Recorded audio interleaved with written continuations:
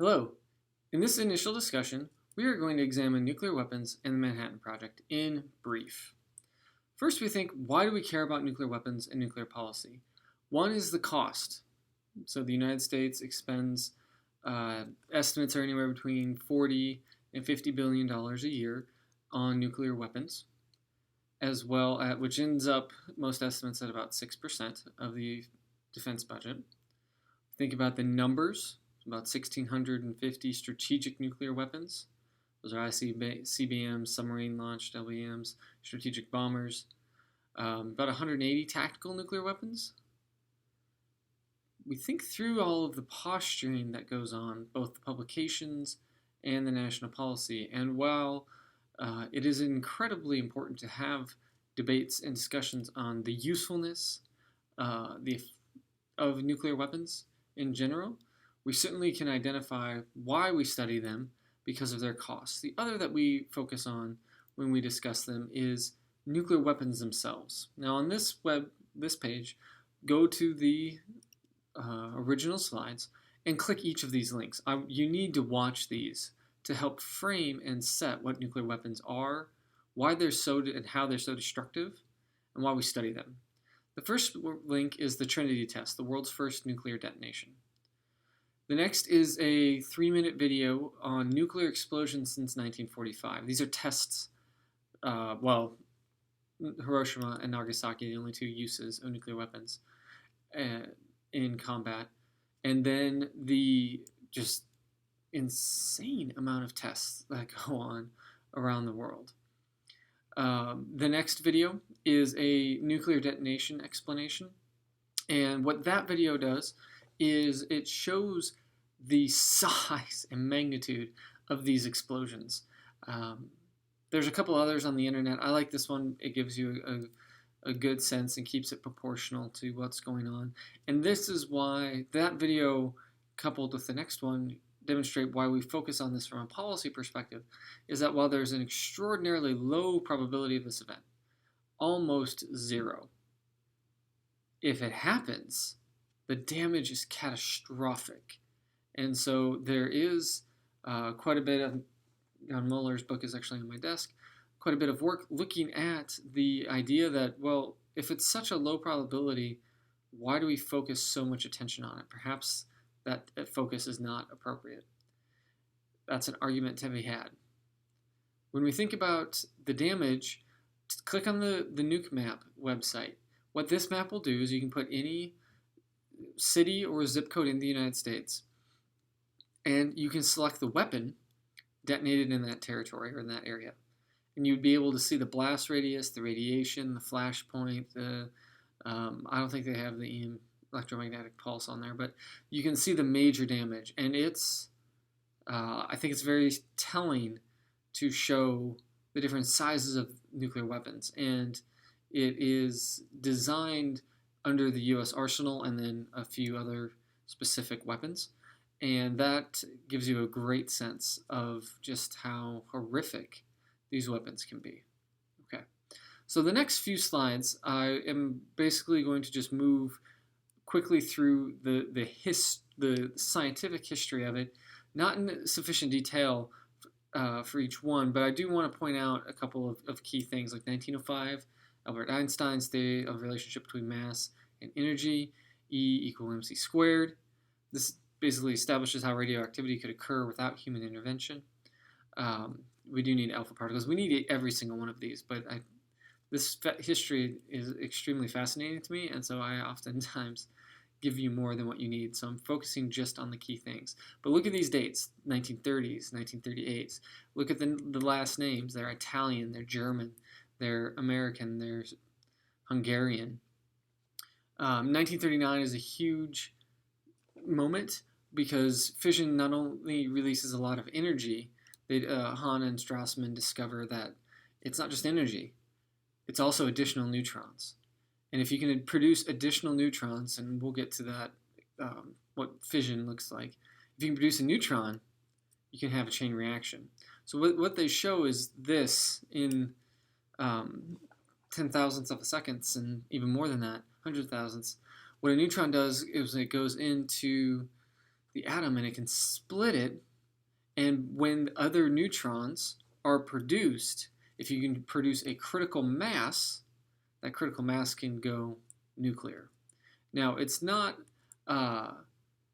easy to do. There's two different types of uranium. Uranium is the initial source for all fissile material. Right? From uranium, when you put it into a reactor, you can produce plutonium, it creates it, and then you can extract it.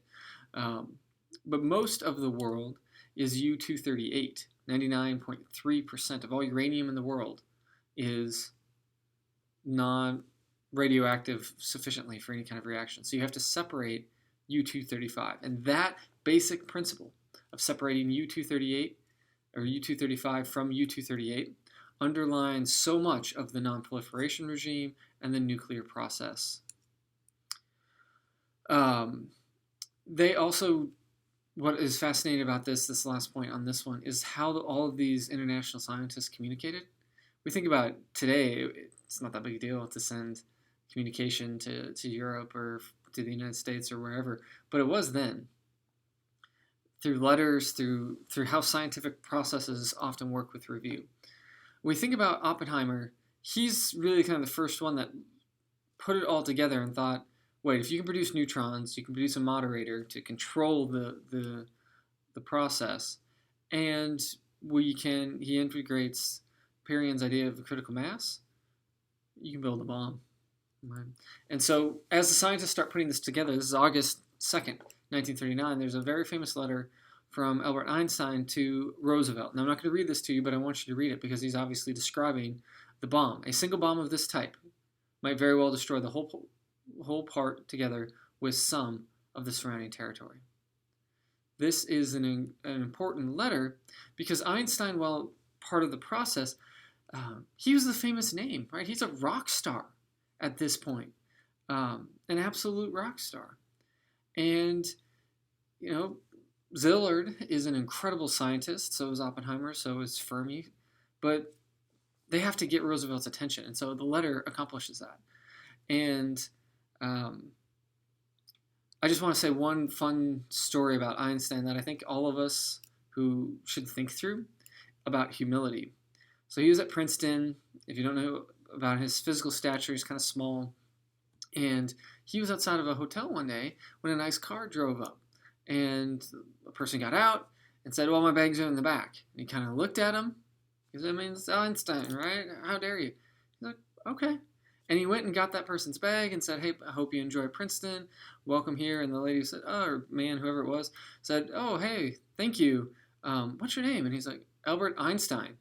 And of course, they recognize the name, but I think it's just an incredible story of someone that changes history, but still has that humanity aspect. So sidebar on that, which I enjoy telling that story, so that's why you get to hear it.